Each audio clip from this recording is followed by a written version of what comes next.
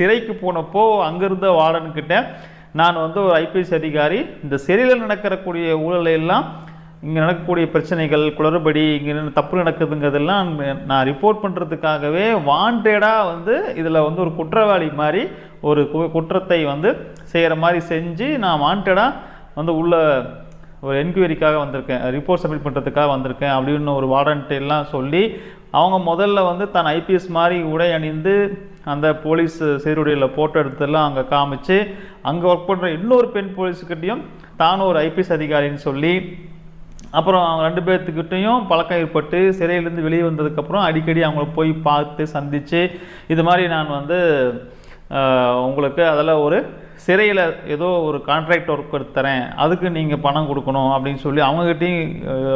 ஒரு 20க்கும் மேற்பட்ட தங்க நகை சவரன் 20 சவரனுக்கு மேலே தங்க நகை அவங்ககிட்டலாம் வாங்கி அப்புறம் நான் ஒரு ட்ரஸ்ட்டு